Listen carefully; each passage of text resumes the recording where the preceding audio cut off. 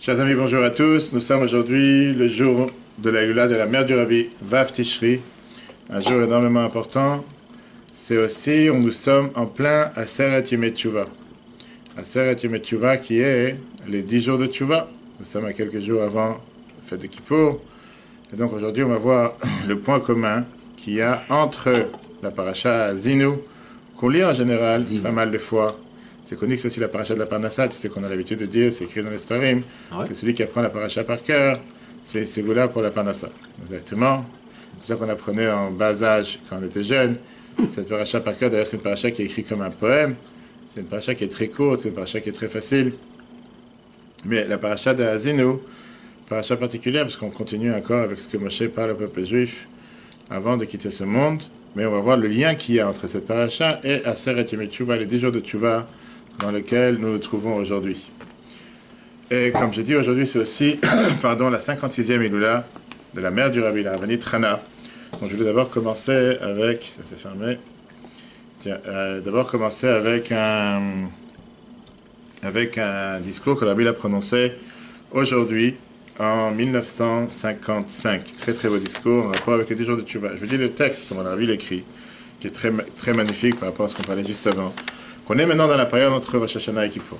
Rosh Hashanah, c'est le moment dans lequel on a couronné Dieu à nouveau. Ça, c'est ce qui se passe Rosh Hashanah. Et les Chachamim nous disent, les 10 jours entre Rosh Hashanah et Kippour, Aseret Yemei Teshuvah. On demande à Dieu, une Shana Tova, en tout cas, une bonne et douce année. Kippour, c'est le jour de la signature de toutes ces demandes. C'est-à-dire que Dieu, il a signé chacun, qui lui donne tout ce qu'il a besoin, la santé, la parnassa, et même le kavod, même de l'honneur. Puisque chacun sait comment elle est passée l'année dernière chez lui, et qui sait que son comportement pendant la majorité de l'année était comme il fallait. Mais il y avait des moments qu'il ne s'est pas comporté comme il fallait. Il a peur de commencer à faire des calculs et des comptes. Parce que qui sait qu'est-ce que va être le bilan, le compte final. Et donc il dit à Dieu, ne mets pas des conditions. Viens, on ne rentre pas dans des calculs. Donne-moi une bonne et douce année avec ta main large, sans regarder comment je me suis comporté l'année dernière. Et même pas regarder comment je vais me comporter l'année qui arrive. Parce que je suis un être humain, en chair et en os, et parfois plus fort, et parfois plus faible. La Bible, c'est écrit dans les Sfarim. Quand quelqu'un demande une demande particulière en général, celui qui demande, il doit se comporter de la même manière, plus ou moins, en fonction de la demande qu'il demande. Pareil ici. Quand tu demandes à Dieu de te donner quelque chose, la question est demandée, puisque Dieu n'est pas obligé de donner quoi que ce soit, qui que ce soit, puisque personne lui fait une faveur pour qu'il nous fasse une faveur en contrepartie, d'où tu as une telle, on va dire, une telle audace de venir demander à Dieu, donne-moi une telle bonne année, Shana Tova en tout cas. Avec quel droit? Il te doit quelque chose, il n'est pas obligé de le faire. Rabbi, dans ce discours qu'il a prononcé aujourd'hui en 1955, le conseil, c'est pour comment de réussir de donner la tzedaka à quelqu'un qu'on n'a jamais vu et qu'on n'a jamais rien reçu de lui. Et que même lui, tu ne sais pas s'il va te donner une fois une faveur en retour. Et néanmoins, tu lui donnes ce qu'il a besoin, sans calcul, sans condition. À ce moment-là, tu peux avoir l'audace de tourner vers Dieu et dire, si moi qui suis un petit homme, j'ai donné de mon argent que je me suis fatigué dessus pour l'avoir, ou bien que j'avais la possibilité de faire avec cet argent ce que je voulais, je l'ai donné à quelqu'un d'étranger, totalement étranger, que j'ai jamais vu et que je vais jamais recevoir quelque chose de lui en retour. À plus forte raison, toi, Dieu, tu dois donner de ta main large tous mes besoins, sans mettre de conditions et sans faire de calcul. Rabbi termine dans son discours en disant que je bénis chacun avec une énorme réussite dans les sujets privés, une énorme réussite dans vos actions communautaires, et que Dieu fasse qu'on puisse mériter une khatima, ma khatima tova pour tous les peuples juifs. Ça, c'est le discours que Rabbi a prononcé Vav Tishri. Ça va être chargé aujourd'hui en 1955. On va entrer maintenant dans le vif du sujet, parachat cette semaine, comme on l'a dit. Puisqu'on est dans les jours qui sont entre Rosh Hashanah et Kippour. Et ce sont des jours qui sont connus pour être Aseret Yemei Teshuvah, les 10 jours de Teshuvah. La question qui est demandée, toute l'année on peut faire Teshuvah. En quoi est spécial ces jours plus que toute l'année? Est-ce qu'ils sont spéciaux par rapport à l'homme ou ils sont spéciaux par rapport à Dieu? En deux mots, est-ce que c'est Dieu qui se rapproche de nous ou nous qui se rapprochons de l'homme? Ou l'homme qui se rapproche de Dieu? En d'autres mots, est-ce que c'est des jours dans lesquels on se réveille automatiquement pour faire Teshuvah? Parce qu'on sait que ce sont des jours redoutables dans lesquels Dieu nous juge, et on veut qu'il décide pour nous le meilleur, qu'on ait une bonne et douce année, ou bien qu'il y a une ségoula particulière dans ces jours, que Dieu se rapproche à nous. Quand on regarde Agmara et les poskim, comme on va tout de suite voir, les décisionnaires, on voit que ce sont des jours qui sont clairement des jours particuliers du côté de Dieu. Que Dieu facilite pour nous la teshuvah. Et donc aujourd'hui, on va apprendre la particularité de la tchouva qui est faite pendant les Aseret Tchouva, les 10 jours de tchouva. Bien Rambam. Maïmonide nous dit, tu peux mettre la feuille milieu qu'on s'est pu voir. Rambam dans Ilchot Tchouva. Afalpi, malgré que tchouva va tzaka yafa laolam. Malgré qu'en règle générale, faire tchouva et crier à Dieu, se retourner vers Dieu, l'imploration sont toujours bénéfiques. Durant les 10 jours entre Rosh Hashanah et Kippour, elles sont encore plus belles et acceptées immédiatement. Ainsi qu'il est dit dans Isaïe, recherchez Dieu lorsqu'il se trouve, Dirshu Hashem beimatzor, kraou, biyot karov, appelez-le tandis qu'il est proche. Ça veut dire quoi? Que la sgoula de ces jours, c'est pas seulement que la tchouva est acceptée tout de suite, elle est beaucoup plus belle. Le fait qu'on se rapproche à Dieu pendant ces jours, ça fait en sorte que la tchouva elle est beaucoup plus parfaite. Alors il faut comprendre, Rabbi. Ça, que Dieu se trouve et il est proche de nous ces jours-là. Mais elle est plus belle quand Dieu il est loin. Non, au contraire. C'est un vrai retour. Là, c'est facile. C'est au contraire, profites-en. Profites-en. Qui a dit qu'il faut avoir des difficultés? Toute l'année, tu as des difficultés. Qui a dit qu'il faut avoir des difficultés toute l'année? Au contraire, là, Dieu te donne une perche en te disant, vas-y, saute sur la perche, saute sur la bouée, saute sur le bateau. Tu facilites les choses, tu vas pas en profiter. Ça, que Dieu est proche de nous ces jours-ci, ça doit nous réveiller dans tous les services de Dieu, pas forcément dans la tchouva, la tfila, etc. Parce que si Dieu, il est matsui, kraou, bioto, karav, il est proche de nous, c'est sûr que les tfilotes sont acceptées. Mais quel rapport avec la tchouva maintenant? Parce que Dieu, il est proche, pour ça tu fais tchouva. Dieu, il est proche, ça facilite tout le reste, pas forcément la tchouva. Ça, c'est la question qui dérange, c'est dans 2 mots. Quel est le point commun qu'il y a entre le fait que Dieu est proche de nous pendant ces jours, et pour ça on doit faire tchouva? Tchouva, pourquoi juste tchouva plus que la tfila, plus que la tzaka, plus que les psaumes, plus que n'importe quelle autre mitzvah? La réponse à cette question, on va la comprendre avec le verset qu'on vient de lire, dans Ishaïa. Que ce verset te parle de la particularité qu'il y a dans Aseret Yom Teshuvah. Et apparemment, il y a 2 points dans ce verset. D'un côté, on te dit, Dirshu Hashem beimatzor. Qui veut dire, on te dit, cherchez Dieu lorsqu'il se trouve et il est accessible. Et après, c'est le deuxième point qu'on te dit, Kraou biyot karov. Appelez-le tandis qu'il est proche. A priori, on peut dire que, ou bien on a dit ces 2 mots parce qu'on voulait embellir le verset, des fois on fait comme un piyut, on veut faire dire 2 fois la même chose, mais qui disent en réalité la même chose. Ce qui n'est pas forcément le but, malgré que le Metsudat David, commentateur de Ishaïa, du Tanakh, il écrit, pourquoi c'est écrit Biotokarov, Kafal Atava Kemachanema. Il a voulu doubler la chose. Ça, c'est des fois, comme on dit dans la Shira, plusieurs mots qu'on dit en double, etc. etc. Ok, ça c'est une explication. Mais quand tu vois ici, on voit qu'il y a ici des mots qui ont un sens. Avant de comprendre des mots qui ont un sens, comprendre d'abord qu'est-ce qu'on parle. Il y a 2 différences majeures avec les 2 termes qu'on vient d'employer. Il y a l'action qui est demandée de l'homme, de l'humain. Première partie du verset, c'est Dirshu Hashem beimatzor. Allez rechercher Dieu. À vous de travailler. Faites quelque chose. Allez chercher Dieu quand il est proche. La deuxième partie, Kraou bioto karov, ça c'est déjà appeler Dieu. Quelle différence entre les deux? On va tout de suite voir. Deuxième manière de voir les choses, c'est comment Dieu se projette et comment Dieu se dévoile à l'homme. Dans la première partie du verset, on te dit, Dirshu Hashem beimatzor, allez chercher Dieu, parce que Dieu il se trouve, Dieu il est là. En 2 mots, il est à ta portée. Tu n'as rien besoin de faire de particulier. Alors que la deuxième moitié du verset, on parle déjà pas seulement qu'il est à ta portée, mais dit qu'il est proche de toi, bioto karov. En 2 mots, ces 2 différences dépendent l'une de l'autre. Il y a une fois que Dieu il est proche de l'humain, puisqu'il est proche de toi, alors ça fait appel, comme on dit, un effet boomerang, toi aussi à ton tour d'être proche de lui. Puisque Dieu il est proche de l'humain, ça fait en sorte qu'on a envie de l'appeler, qu'on a envie de se rapprocher de lui. Et là on va comprendre quel est le point fort avec ce qui se passe pendant les 10 jours de Teshuvah. D'abord dans les 2. Les 2 parties du verset comportent 2 différences. A, dans l'action de l'homme, rechercher ou bien appeler. B, dans le dévoilement divin vers l'homme. Lorsqu'il est accessible ou bien lorsqu'il est proche, ces 2 points sont liés. A, puisque Dieu est accessible, les Juifs doivent le rechercher. B, puisque Dieu est proche du peuple juif, ils doivent l'appeler. Ça va, comme on a dit tout à l'heure. Dieu il est proche de toi, sois pas bête, tourne pas la tête. On a vu ça dans le mois de Loul. Dieu il est là dans les champs, qu'est-ce que tu es en train de tourner à faire autre chose? Profites-en, va demander à Dieu ce que tu as besoin. Ça c'est ce qui se passe. On te dit d'ailleurs que pendant les 10 jours de Teshuvah, chaque personne qui prie sans minyan, qui prie tout seul, il a le même pouvoir que celui qui prie avec minyan toute l'année. À tel point ce sont des jours que Dieu est tellement plus proche de toi qu'il accepte la prière de manière beaucoup plus facile et beaucoup plus rapide. Il y a une mitra à côté? Aujourd'hui, tous les jours, non. L'explication, on va le trouver dans les mots « recherche Dieu quand il se trouve » comme une trouvaille. Qu'est-ce que ça veut dire il se trouve? Quand tu dis « Dirshu Hashem beimatzor », Dieu, il n'est pas là toute l'année. Où il est toute l'année? Il est en vacances? Il est à Cannes? Où il est exactement? Il est à la plage? Qu'est-ce que ça veut dire? Recherche Dieu pendant ces jours-là, parce que ces jours-là, il se trouve beimatzor comme s'il est présent. Et qu'est-ce qui se passe toute l'année? Où il se trouve exactement toute l'année? T'as des doutes? T'as des doutes? Qu'est-ce que t'as des doutes? Non, il veut des doutes. Dieu est fait de doute. Dieu il est présent, mais à l'école, tu dis ça tous les matins dans la prière. Dieu il est présent partout, à chaque instant. Dire que Dieu n'est pas présent à un instant, c'est renier l'existence de Dieu. Parle à Dieu Mais je ne parle pas maintenant de ce que nous on doit faire, je parle de ce qu'on dit, ce que Dieu il se trouve. Je dis que je vais chercher Dieu, rechercher Dieu parce qu'il se trouve. Dieu il est présent tout le temps. Il est voilé, il est plus voilé. Mais il est présent. Le soleil il est là même s'il y a des nuages. Tu ne peux pas dire qu'il n'y a pas de soleil. Le soleil il est là, sauf que tu ne le vois pas. Mais il est là. Voilé. Très bien, mais il est là. Et tu vois bien que la Torah, ici dans le verset dans le Tanakh, on a employé un mot bizarre. On a parlé le mot Be'imatso. Qu'est-ce que ça veut dire Be'imatso? Dans le mot Imatso, on parle comme une metzia, une trouvaille. La Gemara, elle t'explique que c'est quoi le gather, c'est quoi la fonction d'une metzia, d'une trouvaille.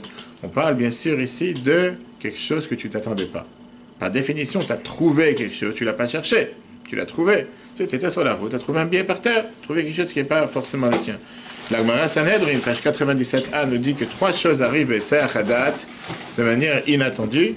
Mashiach, pas forcément qu'on va l'attendre, il va venir. Metzia, une trouvaille, et Akrav, un scorpion. Rachid t'explique, parce qu'un scorpion, il vient et puis quelqu'un, d'une manière inattendue. C'est pas comme un serpent que tu attends de voir qu'il est là. Le scorpion, il saute tout d'un coup. Ok. Donc Metzia, c'est une trouvaille. En 2 mots, qu'est-ce que ça veut dire une trouvaille? Tu n'as fait aucun effort pour l'avoir. Tu n'as pas cherché ce billet, tu n'as pas cherché ce portefeuille, tu n'as pas cherché cette montre, tu l'as trouvé. Ça, c'est une Metzia. Qu'est-ce que ça veut dire Shu Hashem Beimatsu, aller chercher Dieu quand il se trouve? On parle que Dieu il se trouve comme une trouvaille, que tu n'as pas fait des efforts pour le chercher. Je te parle qu'en ce moment, pendant les 10 jours de Tchouva, Dieu il est à ta portée d'une manière que tu n'as pas demandé quoi faire.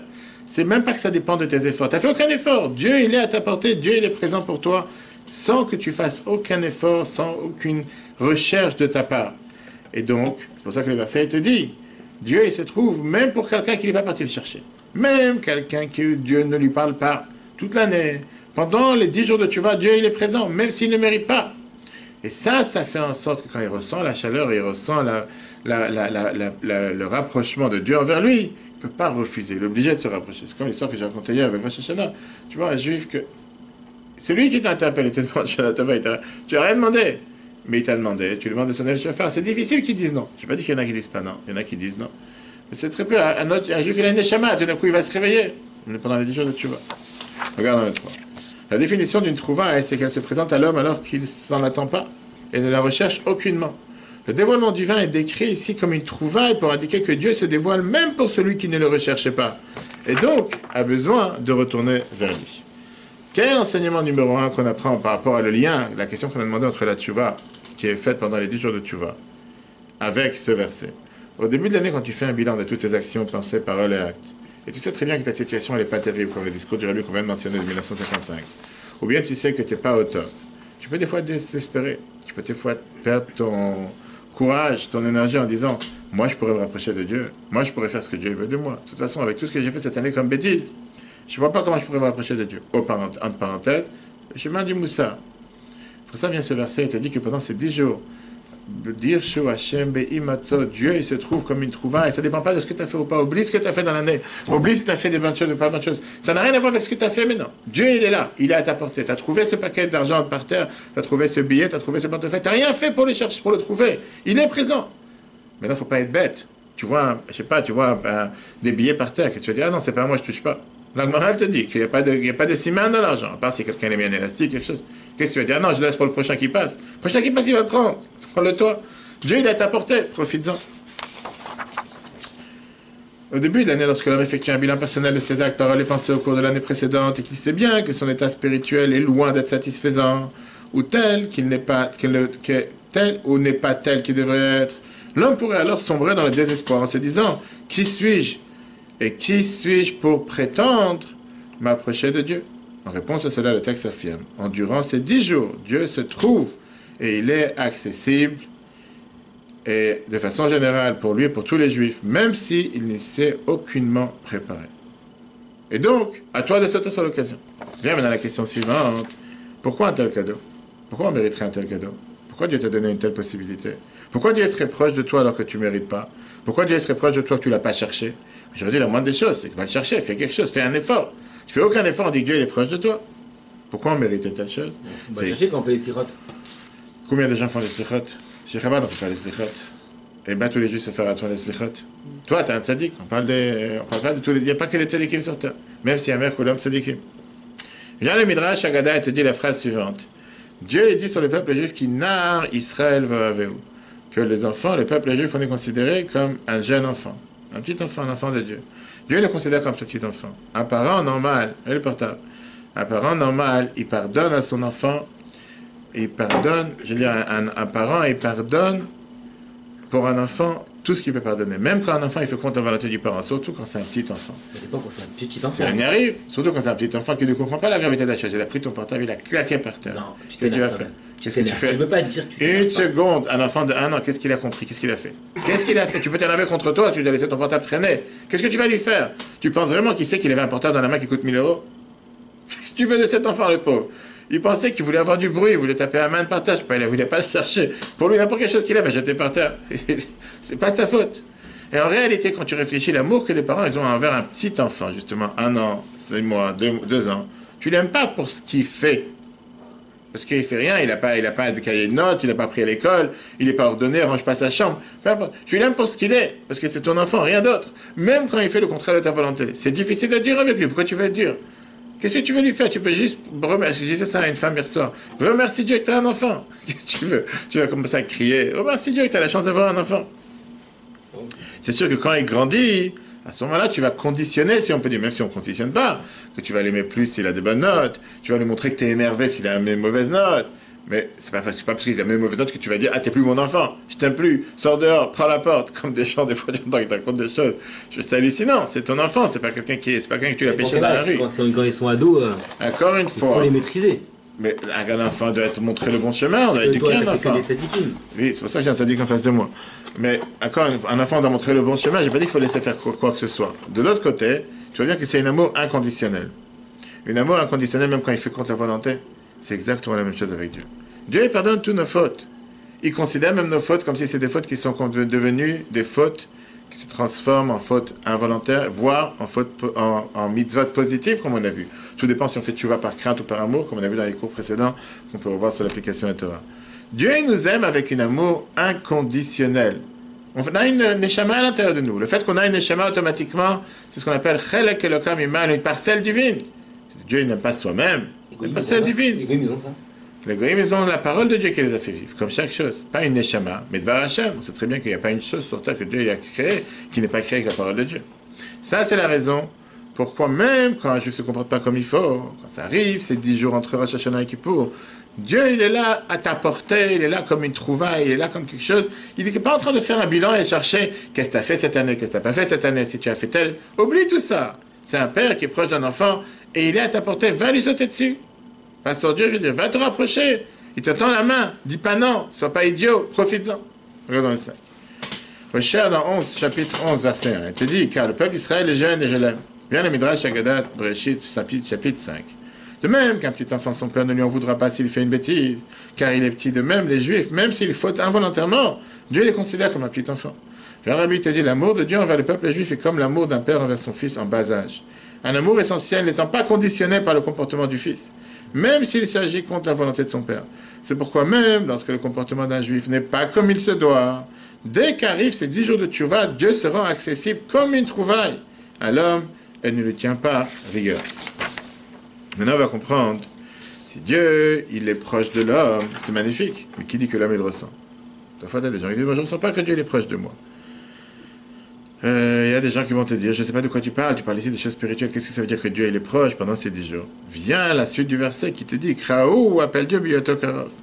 Pas seulement que Dieu il est à la portée de chacun comme une trouvaille, mais il est proche de chacun d'entre nous, sans juger notre situation spirituelle, d'une manière que chacun d'entre nous ressent l'amour et le rapprochement de Dieu. Regarde, c'est pourquoi le verset continue et ajoute, appelle-le tandis qu'il est proche. En plus du fait que Dieu est accessible de son côté vers nous et l'homme devient revenir vers lui, Dieu est proche de chaque juif, peu importe son état spirituel, au point que les juifs ressentent clairement l'amour et la proximité de Dieu envers Israël. Maintenant, on va comprendre. Quel est le but? Pourquoi Dieu cherche à être proche? Pourquoi il cherche à avoir un tel rapprochement? C'est afin que nous, de notre côté, on change d'action, que nous, de notre côté, on change de comportement. Et dans ça, on attend, nous aussi, de faire deux choses. Le fait que Dieu il est proche de toi, il est à ta portée, ça fait en sorte que même si jusqu'à présent, ton rapport avec la Torah et les Mitzvot était sans grands efforts, c'était comme une trouvaille, en 2 mots, tu te faisais les choses faciles, pas les choses difficiles. Maintenant, tu dois tout faire pour faire des efforts, pour te rapprocher de Dieu. Dieu dit, je suis là, profites-en. C'est pour ça que la Torah elle te dit, Dirshu, va rechercher Dieu. Qui ne te montre pas juste d'aller chercher simplement, mais chercher de manière profondeur. Ça, c'est ce que la Gemara Sanhedrin nous dit sur le mot de drisha, d'aller chercher de manière avec des efforts. Deuxièmement, le fait que Dieu il est proche de l'homme et qu'il montre qu'il a un amour dévoilé envers nous, ça fait en sorte que même l'homme ne se suffit pas avec le fait de vouloir chercher Dieu dans l'intérieur de son cœur. Mais Kraou, il va appeler Dieu, c'est dévoile. On dit Kriya, simulation, Chiba, Giloui Bedibo, parler avec la bouche. Il va tout faire ce qu'il peut pour que la divinité ne soit pas chez lui de manière cachée, mais de manière dévoilée. Regarde dans le 7. Le fait que Dieu se rend accessible à chaque juif comme une trouvaille, cela éveille l'homme pour faire en sorte que si jusqu'à présent son rapport avec la Torah et le mitzvot était comme une trouvaille, dorénavant il s'efforcera et se fatiguera pour se rapprocher de Dieu. C'est pourquoi le texte précise « Recherchez Dieu lorsqu'il se trouve », indiquant une recherche et demande très puissante allant jusqu'à l'exigence.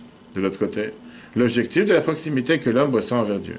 Lorsque Dieu est proche de l'homme et se dévoile à lui, cela l'invite à se comporter de la même façon, mesure pour mesure, et appeler Dieu.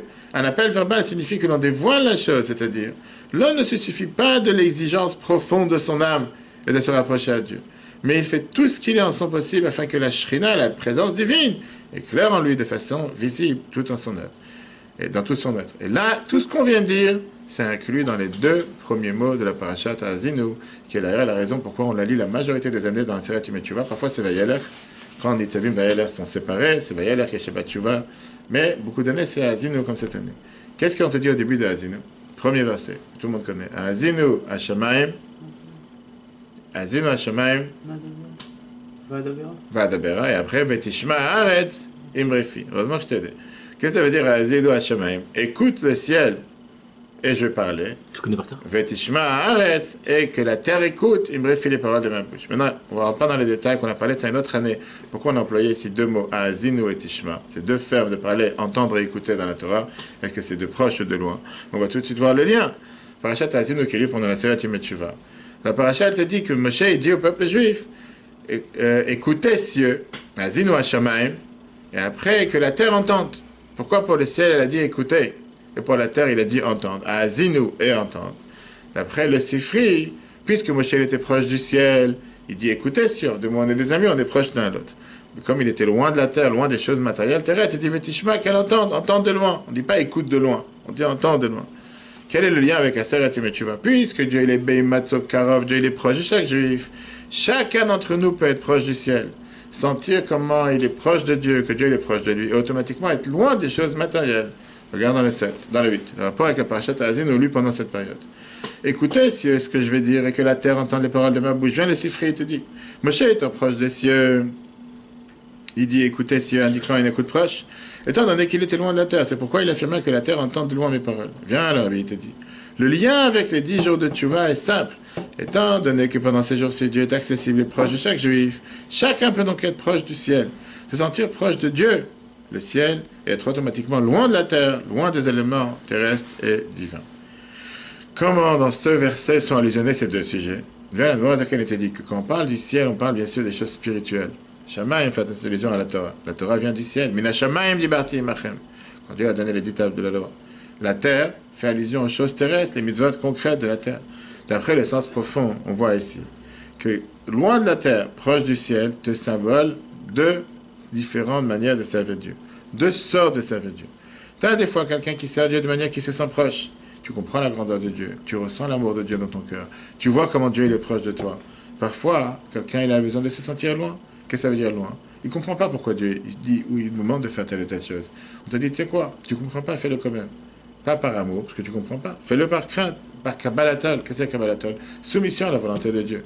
Ah, tu n'as pas compris pourquoi? C'est comme ça, Dieu il veut. Quelle différence? Et c'est Dieu qui demande. Certainement que c'est quelque chose de bien pour toi. Ça, c'est la différence entre Karov, la Shamaim, proche du ciel par la Torah, loin de la terre par les mitzvot. Par rapport à la Torah, quelqu'un il doit être proche, ça veut dire s'efforcer de comprendre. Par ça que tu comprends ce que tu apprends. Tu vas comprendre le rôle des mitzvot et tu vas faire les mitzvot avec enthousiasme. Mais si tu n'as pas appris d'abord, ça tu vas pas faire. Tu vas chez le docteur et il t'a pas expliqué comment ce petit cachet de 5 grammes va guérir ton mal de tête ou ton mal de ventre. Et tu dis, ben, tout le temps que tu m'expliques pas comment je ne prends pas, tu dis, écoutez, la porte est grande ouverte. J'ai fait 10 ans d'études à l'université pour comprendre comment ça fonctionne. Et c'est pour ça que je te donne ce cachet. Tu veux pas le prendre, c'est tes problèmes. Quelqu'un de normal, il ira prendre le cachet même s'il n'a pas compris. Parce qu'il sait que c'est pour son bien. Sauf que c'est pas la meilleure manière de faire les choses. La meilleure manière, c'est d'apprendre. C'est ça que tu as appris, tu sais comment il faut faire. Tu n'as pas appris, fais-le quand même. Ça, c'est la différence entre si c'est le ciel et si c'est la terre. Regarde dans le 9. Proximité et distance dans le service divin. Le ciel évoque la Torah venant du ciel, alors que la Torah évoque les mitzvot. La terre évoque les mitzvot matérielles et concrètes. La majorité des mitzvot étant liées à des objets terrestres et matériels. Rien Rabbi dit, c'est très simple. C'est cela la dimension profonde d'être proche du ciel, de la Torah. Et loin de la terre des mitzvot concernant l'étude de la Torah, l'homme doit se sentir proche. La compréhension de la Torah permet à l'homme d'unir de façon extraordinaire son intellect avec la sagesse divine. Alors que les mitzvot expriment une distance, étant donné que leur but principal est l'acceptation du joug divin des mitzvot, c'est d'ailleurs la raison pour laquelle l'aspect essentiel des mitzvot est leur accomplissement concret. Alors, il termine que Dieu fasse que cette année, qu'on est dans la période de Be'im Matzo, que Dieu est proche de nous, Bioto Karov, il se trouve parmi nous, avec allégresse, avec joie, que Dieu nous envoie la Géoula, la délivrance, qu'à ce moment-là, Dieu va se dévoiler à chacun d'entre nous. Et surtout par la tchouva, tu vois, même la caméra, elle a compris que Mashiach, il arrive. Et surtout par la tchouva, comme on sait très bien qu'elle a d'abord tenu et là, tchouva, que tout dépend par la tchouva et que la Gemara nous dit clairement que le peuple juif peut faire tchouva en un instant, que Dieu fasse qu'avant Parashat Ha'azin, avant ce Shabbat, qui est considéré le Shabbat tchouva, sur le nom de la Parashat, Tchouva Israël. Shabbat Tchouva, c'est le Shabbat de la Tchouva, parce que tous les Aseret Yom Tchouva, on dit que chaque jour est pas ce jour de toute l'année. Le lundi pour tous les lundis, le mardi pour tous les mardis, le Shabbat pour tous les Shabbats. Et premier jeudi pour tous les jeudis. Ce Shabbat, c'est le premier Shabbat de l'année, sauf que cette année c'est le deuxième. C'est le premier Shabbat qui n'est pas fait. Que Dieu fasse qu'on puisse mériter avant Yom Kippour se revoir avec Mashiach à Yerushalayim. À ce moment-là, toutes les synagogues de tout le monde entier vont être ouvertes. On va tous être à Yerushalayim. On va entendre le grand chauffard de Mashiach, du Kohen Gadol. Le service de Yom Kippour, ça ne sera pas comme on fait aujourd'hui de manière totalement déréglée, en lisant toute la journée des prières de ce qui se faisait dans les temples les jours de Kippour. Mais on va le faire dans les temples, avec les sacrifices, avec le grand prêtre, avec comment on appelle ça, les différentes boucs qui étaient amenés pour pardonner sur les fautes de lui et sa femme, lui et le peuple juif, lui et les Kohanim, comme on explique ça longuement avec Rabat tous les ans, le but du service de Kippour, une des cours merveilleux qu'on a donné les années précédentes, qu'on peut revoir sur l'application Torah. Pourquoi le grand prêtre devait être marié? Pourquoi ça n'existait pas un grand prêtre qui n'était pas marié? Pourquoi le grand prêtre devait changer plusieurs fois d'habits pendant les jours de Kippour? Pourquoi les habits se devaient être des habits en lin blanc simple? Pourquoi pas des habits en or? Pourquoi les habits qu'ils utilisaient une année, ils n'avaient pas le droit d'utiliser des autres années? Et tous ces cours merveilleux, on peut les revoir sur l'application. Que Dieu vous bénisse. Torah, Shana Tova, Gmar Chatima Tova, qu'on entend que des bonnes nouvelles. Sans peur, sans crainte de quoi que ce soit. Dieu est avec nous. Tout en respectant toutes les mesures, bien sûr qu'il faut respecter, mais ne pas tomber dans la peur. Parce que, au final, nous sommes dans la période où tu vois, Dieu est proche et c'est sûr qu'on aura une année de merveille, une année de miracles dans tous les domaines. Ne pas oublier de faire les caparotes pour tout celui qui ne l'a pas encore fait pendant cette période. Profitez de les faire sur le site du Bet Rabat, rabat77.org, chabad77.org, /caparot, K-A-P-A-R-O-T, c'est ce qu'on a l'habitude de faire avant Kippour, et que Dieu nous envoie la délivrance encore aujourd'hui. Très bonne journée à tous et à la semaine prochaine.